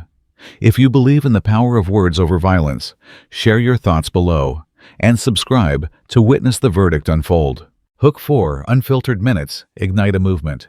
A lone phone trembles in the back pew, capturing every agonizing detail. No cinematic polish, just raw reality and the sharp inhale of onlookers. The frame shakes as Officer Mitchell's boot slams into Chief Lena Carter's chest, hurling her backward like a rag doll. In that brutal moment, the courtroom's stale order fractures, replaced by a collective gasp that ripples across every screen it touches. Seconds later, the video leaps from one phone to another. In an instant, the clip, only 4 minutes long, erupts on social media. No fancy graphics, no slow-motion reenactments, just the unflinching record of violence cloaked in uniform. As thumbnails flash in feeds, captions: "Demand, act, kick of shame, justice. Denied, stop the force." Viewers don't scroll past. They pause, mesmerized by the contrast between Lena's poised defiance, and the savage reflex that sent her to the bench. Comments pour in outrage, solidarity, disbelief. A college student types, "This is the moment I stopped trusting blind authority."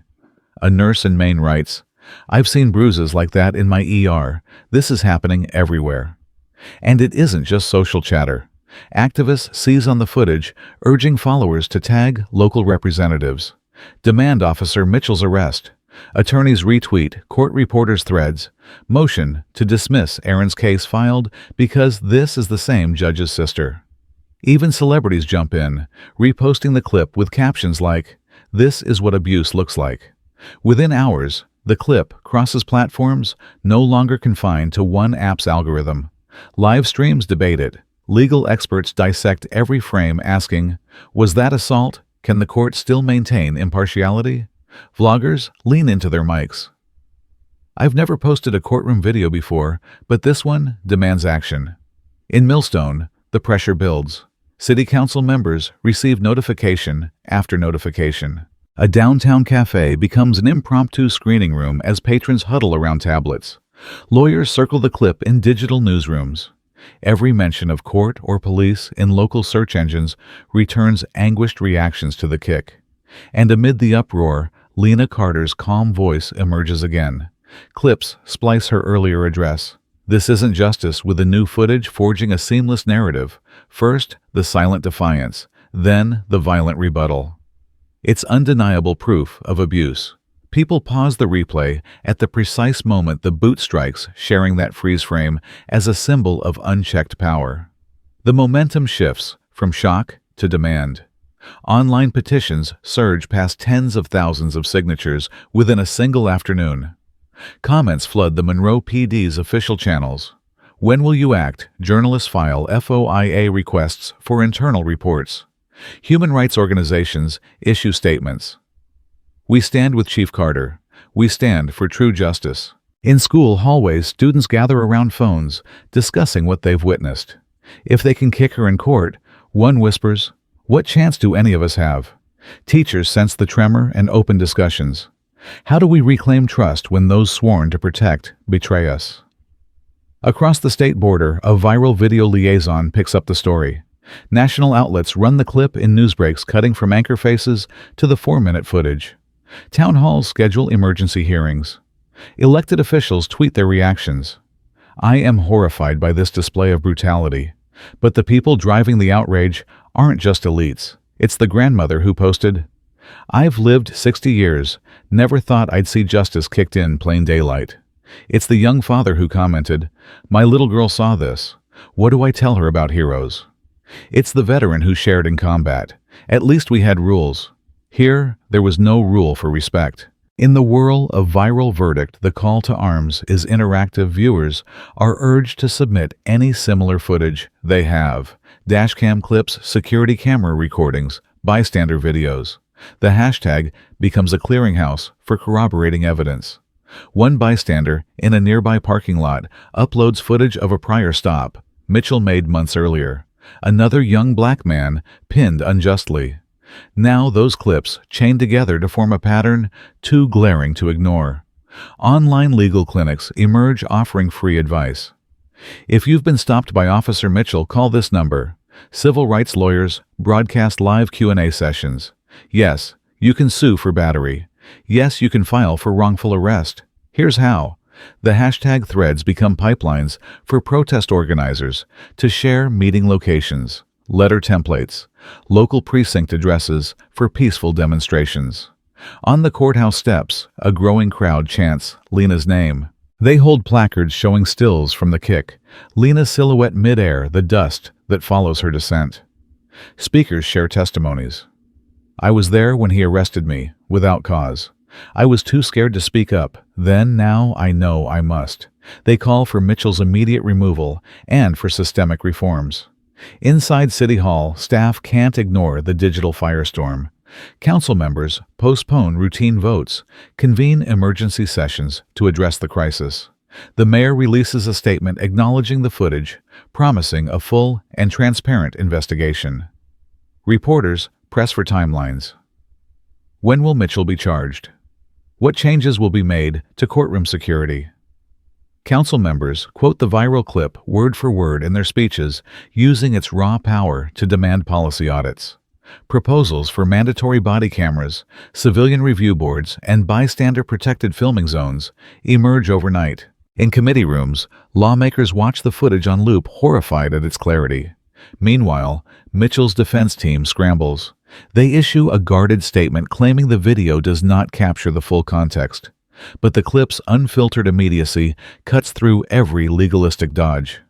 Social media users fire back. We saw her files, her authority, and then we saw the kick. There's no context that justifies that. In neighborhoods across the city, solidarity vigils ignite. Candles flicker in front yards, each flame representing a voice, awakened by those 4 minutes of footage. Community centers host watch parties, followed by discussions on policing, race, and justice. Clergy members incorporate the clip into sermons. When the next stand you take matters, remember this moment. As night falls, the video's reach only deepens. Reaction videos from other cities recount similar incidents. Activists in Chicago, New York, Atlanta send messages of support. We stand with Millstone. Here's our footage. The movement transcends local boundaries, sparked by that singular act of brutality and the collective refusal to look away. By dawn, the hashtag has morphed into a call for action, no longer just a record of shame, but a rallying cry. Kick of shame to hashtag step up for justice. New threads emerge. Share your courtroom. Witness tag your representative. Demand body cams in every courtroom. And at the eye of the storm stands Lena Carter, her composed face a beacon of resilience. Her earlier quiet words now resonate across timelines. True justice never bows. As millions watch the ripple effect of a 4-minute clip, they understand that justice isn't delivered by statutes alone, but by a society willing to hold itself accountable. So tell us, what did you see? Drop your reactions below. Share this video. Use your voice to turn 4 minutes of unfiltered truth into a lifetime of lasting change. Because in the age of viral verdicts, every viewer becomes part of the court, and every click demands a response. Hook 1 Chief's data dive reveals a buried atrocity. The glow of Lena Carter's office monitors bathes her features in pale blue light. Dozens of tabs flicker across the screen, spreadsheets, complaint logs, award records. She leans forward, heart pounding as she clicks, open on file after file, stamped, closed, no further action. 12 years of Mitchell's service lie before her, each document a silent testament to lives touched and broken. She begins with the earliest complaint, dated March 2008. A case file stamped, insufficient evidence, holds only a terse sentence. Subject exhibited non-compliance. Officer restraint applied as necessary. No medical reports, no body camera footage, no follow-up notes. But tucked in the margins is a faded, handwritten scribble. Bruise reported. Lena's pulse quickens. She flags it in red. As the hours pass, patterns emerge. 14 complaints, each buried beneath layers of bureaucracy, share the same anonymous conclusion. No misconduct observed despite photographic evidence of contusions, bruises, and lacerations. One 2011 report details a man with a fractured wrist dismissed as resisted arrest. Another, from 2014, shows a teenager with a bleeding lip, attributed to routine transport. Lena taps her finger on the desktop. How many lives, she whispers, were erased because no one bothered to look? She opens the next folder. Internal commendations. They line up neatly against the complaint dates. Praise for swift resolution, exemplary performance excellence in high crime zones, all coinciding with the very incidents that left victims in pain. The comparison screen splits on the left, a bar graph of Mitchell's quarterly awards. On the right, a timeline of complaints. Peaks and commendations perfectly align with valleys of accountability. It's a damning overlay, a career built on invisible violence and public accolades. Lena's eyes burn with resolve. She exports the data into a shareable report, titling it Mitchell Accountability Matrix. Every entry links a complaint file to the praiseworthy arrest that followed an unholy bargain of silence for efficiency.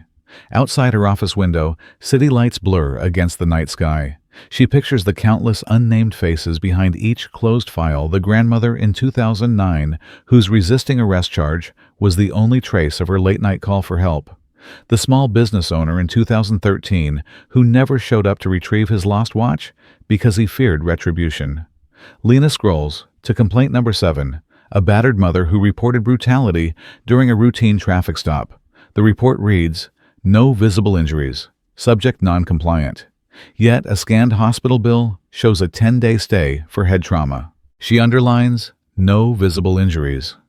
The phrase stings like a lie, written in indelible ink. Her phone buzzes a notification from volunteers in the review unit.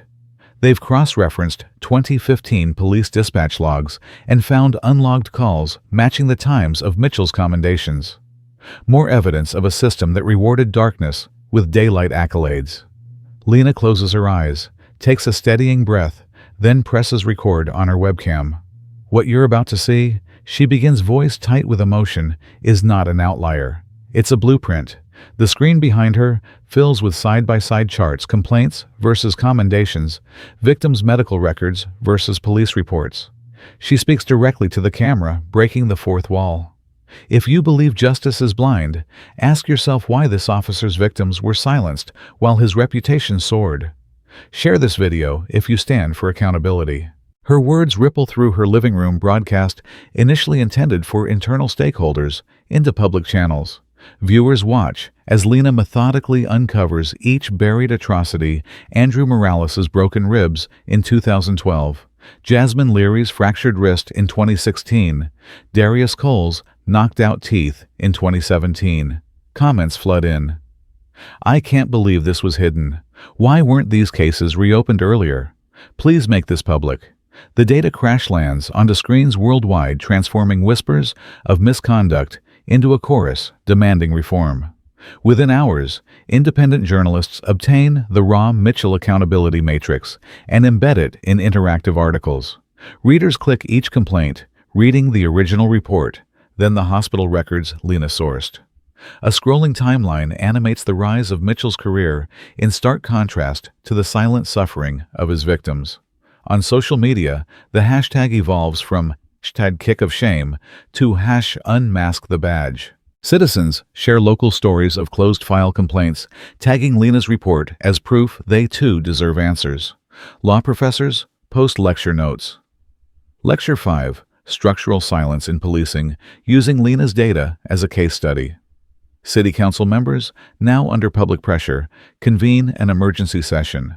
The published matrix serves as the agenda, no need for lengthy presentations. Each council member is handed a printed dossier of Lena's findings. The room falls silent as they scan photo-stamped evidence of erased abuses. Lena watches the live stream from her car parked outside City Hall. She wipes sweat from her brow, eyes fixed on the feed. She sees council members' jaws tighten, notes being passed, motions being raised. In real time, they vote to create a civilian review board with subpoena power mandated to reopen every closed complaint from the past decade. A roar of applause echoes through the chamber. Lena exhales, shoulders sagging from the weight of the night's work. She slips out unseen, knowing that the real fight has only just begun. Meanwhile, Mitchell's defenders scramble to discredit the data. Those records aren't verified, they tweet. It's a political ploy. But volunteers post scanned originals, unredacted, date-stamped, digitally signed. The truth glows too brightly to be smothered. In neighborhoods across the city, community groups hold data nights, projecting Lena's charts onto church walls, block party walls. Families quiz one another. Who do you know that was hurt? Did they ever get an answer? Conversations once taboo now erupt in living rooms, barbershops, and basketball courts. Even the local courthouse can't contain the fallout. Prosecutors review Lena's matrix before entering courtrooms. Defense attorneys demand evidence hearings. Juries now include data literacy questions in voir dire, ensuring no defendant stands before an unexamined legacy of bias. At the precinct, internal emails leak. Supervisors panic. How did she get this? Officers whisper in hallways, many for the first time admitting I saw reports disappear. A sense of collective responsibility ripples through the force. Some officers step forward to volunteer testimony on procedures for closing complaints. Lena returns to her desk the next morning to find a dozen sealed envelopes on her office floor. Inside are personal letters from victims. Thank you for seeing me. I thought I was alone. Please keep going. They close with a single line. We deserve to be heard. With those letters in hand and the data etched into every chart, Lena convenes the first civilian review board. Survivors, advocates, digital forensics experts, and even Mitchell's former colleagues gather in a bright conference room. Lena opens with a simple testimony. We begin not by assigning blame, but by restoring names. As each case file is presented, no longer mere numbers on a spreadsheet, but stories with faces and voices, the board members lean in. Witnesses share first-person accounts. The stifled cries, the midnight cuffs, the erased bruises. The matrix becomes more than a data visualization. It is a ledger of human cost. By day's end, the board votes unanimously to reopen 14 cases immediately pending new investigations. Their resolution is archived and broadcast on the department's public portal. Every file is tagged, under review, visible to anyone with an internet connection. Outside activists cheer. On social media, Lena's tactic is hailed as Police Transparency 2.0. Tech blogs analyze the Mitchell Accountability Matrix as a model for data-driven oversight. Civic hackathons sprout nationwide teams coding apps that map complaint outcomes against officer commendations, inspired by Lena's breakthrough. In her office, Lena allows herself a quiet moment of satisfaction. 12 years of hidden atrocities have been pulled into daylight. The system's deepest cracks now gape open, inviting reconstruction. But she knows the real work is just beginning, ensuring the newly formed review board has teeth, resources, and unwavering public support. She stands at the window, watching the sunrise, gild Millstone's skyline. The city she thought she knew has revealed its buried history, and with it, the promise of a new era where data no longer conceals but compels. Have you ever uncovered hidden truths in your community? Share your story below and help keep the light shining on injustice. Hook. When the silenced speak walls crumble. The summer courtroom, once claustrophobic with hushed compliance, now seems to breathe as witnesses take the stand. First comes Mr. James Brooks, the silver-haired gentleman whose watch set this tragedy in motion.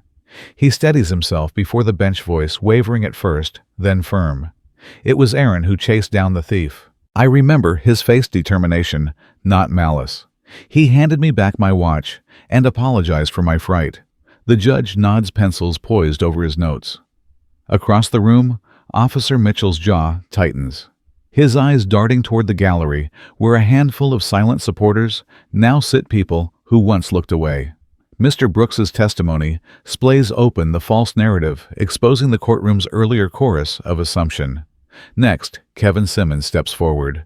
The teenager's legs tremble as he passes the defense table, but his chin is lifted.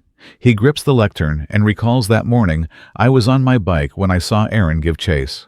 I watched the thief drop the watch and Aaron ride back. Nobody asked me then. I was scared. He swallows. But I know the truth. Kevin's words resound like a cannon blast in the stunned hush. Every head turns toward him. The judge allows the line of questioning. The prosecutor's lips part, unable to form an objection. The defense attorney, nerve steadied, asks simple follow-ups. Did Aaron ever display wrongdoing? Kevin shakes his head. Never. He's not a criminal. He's a kid who did the right thing. Witness after witness emerges, neighbors who saw the scuffle in the market's alley. The produce shop owner who'd backed up surveillance footage when Lena requested it. A college student who watched the now viral clip and recognized the fear-forced posture that countless black youths learn before learning their ABCs. Each testimony strings together like pearls on a thread of truth, linking moments of hesitation and silence into a tapestry of collective conscience.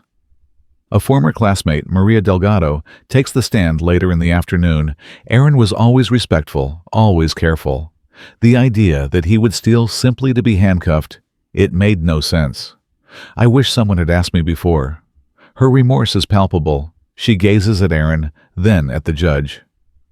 I was silent, too silent. As the gallery fills with these voices, once muffled by fear, once deferred by prejudice, a new energy crackles in the air.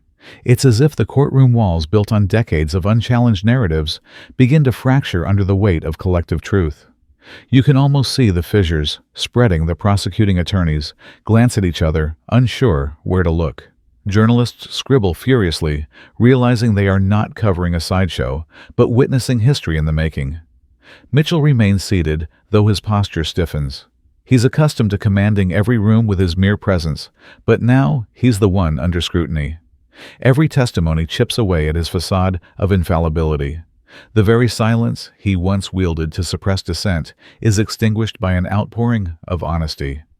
Then comes Lorraine Wexley, her worn cardigan buttoned to the neck cane at her side. She steps forward slowly, voice quavering with age and long-buried hurt. My son Isaiah was only 15 when he was thrown to the ground for asking why he had to lie down. He was bleeding. He still has nightmares. She presses a photograph of Isaiah's bruised wrists into the judge's hands. I filed a complaint. It vanished. No one even had the decency to say, "We're looking into it." Her tears fall, and with them a cascade of shame washes over the courtroom. Spectators avert their eyes. Even Mitchell glances away, face pale. Ms. Wexley's pain is no anecdote. It is a testament to the cost of willful silence. By evening, the final voice emerges. Darius Cole long vanished from public view. He stands tall despite the scars lining his face, a living record of a force too quick to judge and too slow to atone. I was beaten so badly I couldn't eat for days, he says. I was coerced into confessing just to go home. I thought that was justice. He steps closer to the jury box, gripping the bench, as if anchoring his story in their hearts. But it wasn't. It was fear wearing a badge. Each speaker has chipped away at the monolithic presumption of guilt that once hung over Aaron and his community. Now the courtroom becomes a crucible of redemption, a place where truth, long suppressed, surges forth with unstoppable momentum. Defense counsel rises for closing remarks. Instead of legalese, she speaks with raw conviction. What you have heard today is not just about one boy or one watch. It is about every time we let our biases fill the gaps in evidence. It's about every name erased from these files. It's about every community that learned to bow its head instead of rising with its voice. Her words land like hammers on stained glass windows, illuminating fractures, demanding a reckoning. The jury, once a theater of silent compliance, now faces a new reality. They are no longer deciding one young man's fate. They stand as the conscience of a city taught too long to see only what it wanted to see. As the jury files out, Lena Carter watches each step with solemn pride. She has given space for the silence to speak, dismantling the walls of fear, one testimony at a time. In this moment, the courtroom transforms from a stage of injustice into an amphitheater of collective awakening.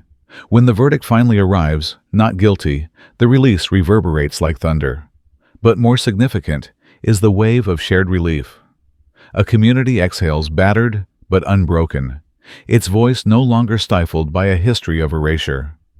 Outside, a small crowd gathers, under flickering streetlights. They hold candles and smartphones aloft their quiet vigil, a testament that the voices once silenced have found their strength, and that when they speak, walls crumble.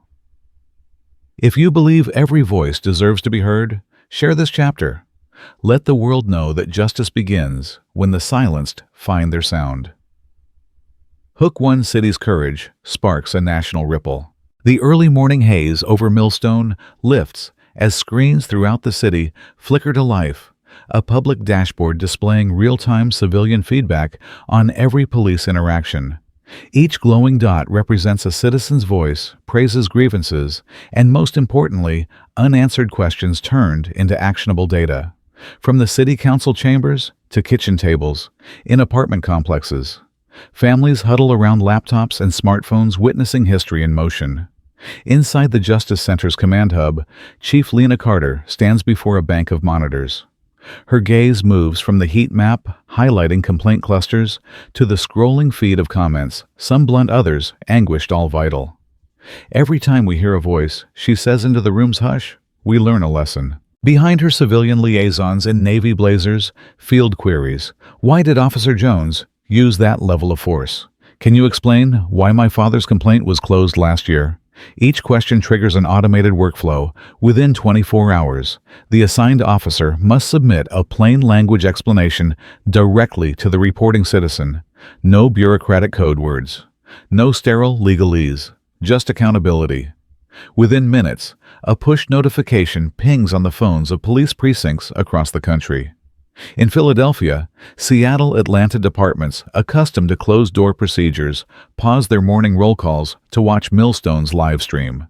They see officers typing detailed reasonings, supervisors logging oversight notes, and community members watching, waiting, responding in real time.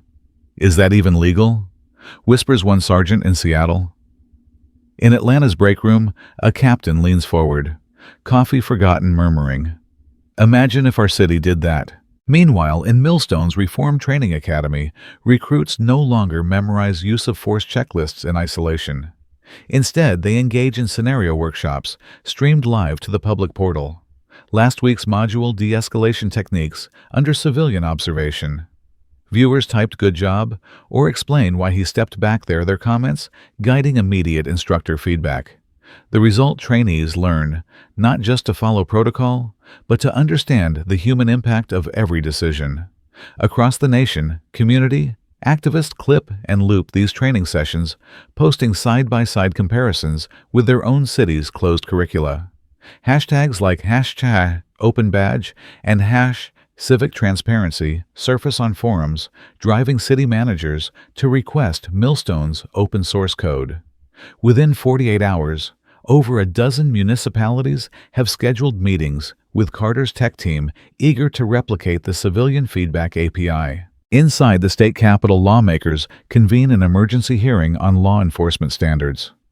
On the dais sits Senator Maria Chen, scrolling through live-stream comments from her constituents in real time. When our neighbors in Millstone forced officers to speak directly to those they serve, they started rebuilding trust brick by brick, she says, voice echoing through the chamber. It's time we demand the same transparency statewide. Back in Millstone's command hub, a face sheet flashes Day 10, Oversight, Impact Review. Analysts present charts, citizen satisfaction rising in zones previously marked by repeated complaints. Officer explanations logged on schedule 96% of the time. Disciplinary referrals for misconduct inquiries doubling with faster resolution times. Lena watches the graphs climb each bar, a testament to lives once ignored, now recognized. Yet the transformation is not without tension. Some veteran officers bristle at the requirement to justify every tactical maneuver to the public. In private chat rooms, they question whether real crimes can be fought when officers spend more time typing explanations than patrolling streets. A few precincts report slowdowns as personnel adapt, but Lieutenant Javier Mendoza, a 20-year patrol veteran, pushes back. If I have to explain why I drew my taser, he tells his team I'll do it. Because if I can't justify it to the person I pointed it at, maybe I shouldn't have pulled it out. He posts his first explanation video, calmly recounting a domestic disturbance call, and receives 200 supportive replies by afternoon.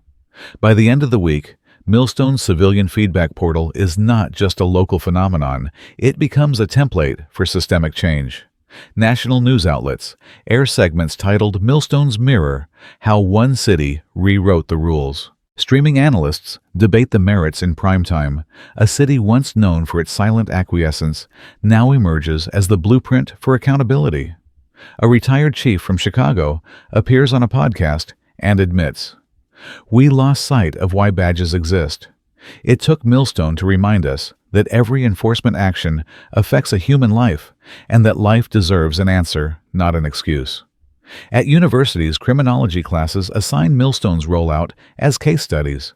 Social media influencers convene live panels dissecting the open feedback model with their followers. Civic tech conferences book Lena as a keynote, though she declines to speak on stage. Instead, her team streams a roundtable discussion where frontline officers and community representatives tackle tough questions together. The unedited footage sparks new local initiatives. Neighborhood watch groups proposing collaborative patrol partnerships, faith leaders organizing joint town halls, and student councils drafting civics. Curricula based on Millstone's patterns.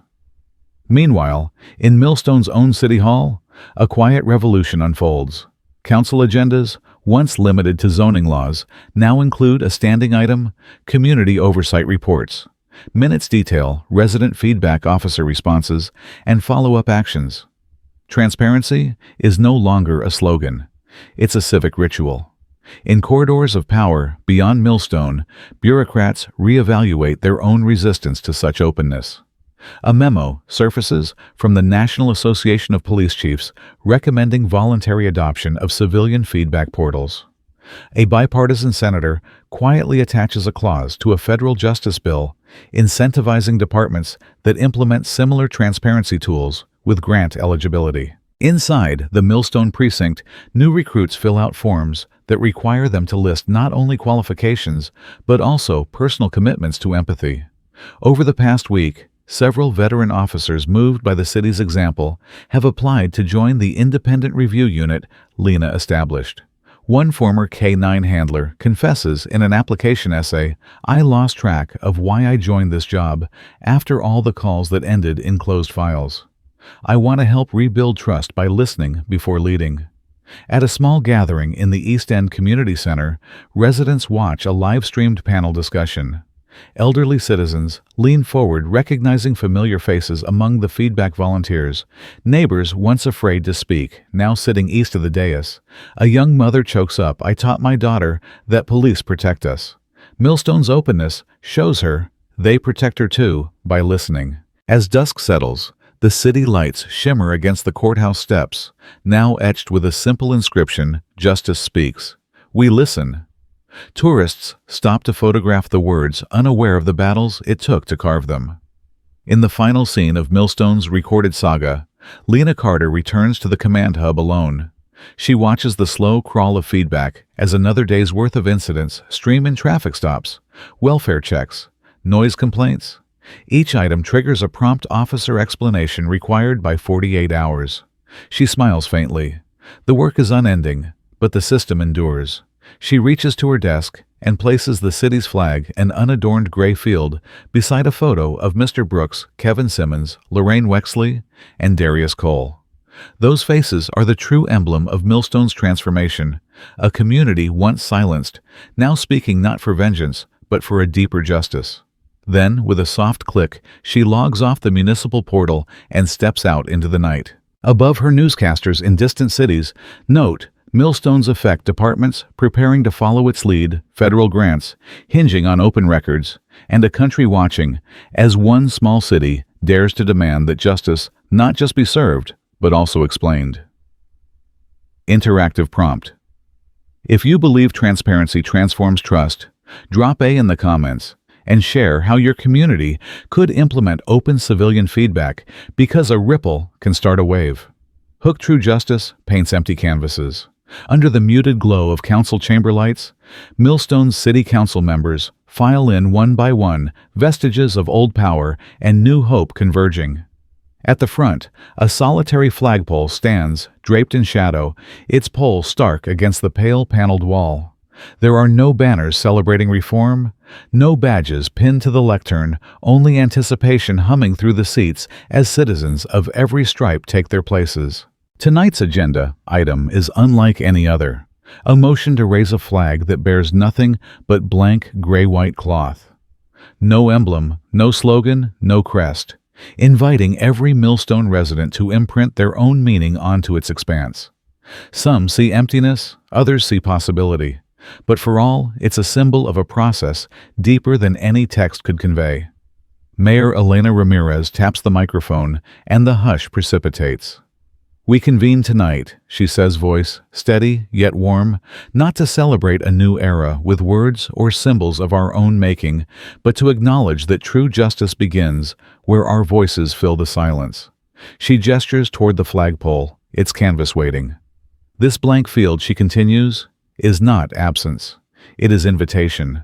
From her vantage point, Chief Lena Carter watches the crowd shift, elders who once bowed their heads in quiet resignation, teenagers who once lowered their voices in fear.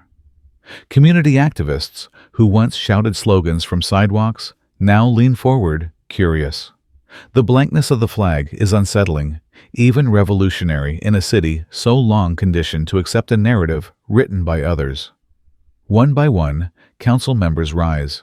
Their speeches aren't grandiloquent addresses, but intimate pledges to listen to the father whose daughter was wrongly ticketed, to the nurse who once clutched her phone after a late-night traffic stop, to the student who asked, "How do you spell dignity?" No legislation glides across the floor tonight. Instead, each member offers a vow: "I will respond to every community report. I will revise the training manual. I will meet at neighborhood tables." Their promises are lived moments, not lofty declarations, brushstrokes on a canvas awaiting completion. In the back, a group of school children huddle around Eric, a fifth-grade civics student who helped draft the initial idea for the blank flag in class. He meets Lena's eye and offers a shy thumbs up. She nods imperceptibly. For her, this vote is validation not of her authority, but of the city's collective will. As the roll call begins, the chamber's tension transforms into quiet resolve. Eye after eye rings out. When the final member says aye, the flag mechanism is activated. Two ushers step forward, untether the gray-white cloth, and raise it with solemn care. The fabric ascends, blank, soft, unadorned, swaying in the council chamber's stillness, as if it had never borne any mark but memory. A ripple of applause follows, but it isn't triumphant, it is reverent. Cameras flash, not to immortalize a symbol, but to capture a moment of communal agency. A local teen journalist streams live to her followers. Millstone's flag is up, no words, just space for our voices. What will you add? Her question echoes beyond the chamber, through smartphone screens, into living rooms where families watch enraptured. Outside City Hall, residents gather beneath the raised flag. A muralist named Jada sets up an easel, paints in hand. She sketches an open hand reaching toward the blank cloth above, a metaphor for Millstone's newfound partnership. A retiree named Harold writes a haiku on a hand-written card. Silence turned to canvas echoes. Paint our justice true. We fill empty sky. A high school activist pins the card to the temporary community canvas board at the flag's base. A wire mesh where anyone can contribute thoughts, questions, pledges. Within minutes, cards multiply. I will ask my neighbor's name. I will challenge bias where I see it. I will teach my daughter to speak up. There's no hierarchy in these messages, just a mosaic of personal commitments. Meanwhile, across town, in the newly renovated precinct lobby, officers gather around a touchscreen kiosk, mirroring the community canvas feed in real time. Patrol partners glance at messages from the neighborhoods they patrol. Officer Malik Mitchell pauses on a card that reads, "Explain why you approached me with your hand on your holster." He copies the prompt, taps an honest explanation into the system, and hits submit. A small green check mark appears, an act of accountability visible to every citizen who contributed. Back in the chamber, Mayor Ramirez invites Lena to speak last. She steps to the mic, the silent flag behind her, and the chamber leans in. "Tonight, we didn't just lift a banner," Lena begins. "We shared our story. Each of us holds a brush. Whether we're in uniform, or in a home, in the courtroom, or on the stoop, we write the next chapter of Millstone every time we choose to listen." Her words settle over the room like the hush after a verdict. She pauses, then adds quietly, "True justice beyond badges, beyond titles, begins when we stop drawing lines and start making space." A single moment of silence follows, then heartfelt applause. The blank flag flutters overhead, untouched by logos or creeds, fully open to interpretation. Interactive framing. What will you paint on Millstone's canvas of justice? Drop your promise below. No word is too small. no voice too quiet. Let's fill this flag together. As the crowd disperses, the flag remains aloft, an emblem of endless possibility. No one paints permanently on its folds. The blankness endures, reminding every passerby that justice isn't fixed in ink. It's crafted in daily acts of courage and care. Millstone's journey stretches beyond tonight, but for this moment, the city stands united under a silent banner that speaks volumes. Justice belongs to everyone, and together we will fill its emptiness with truth.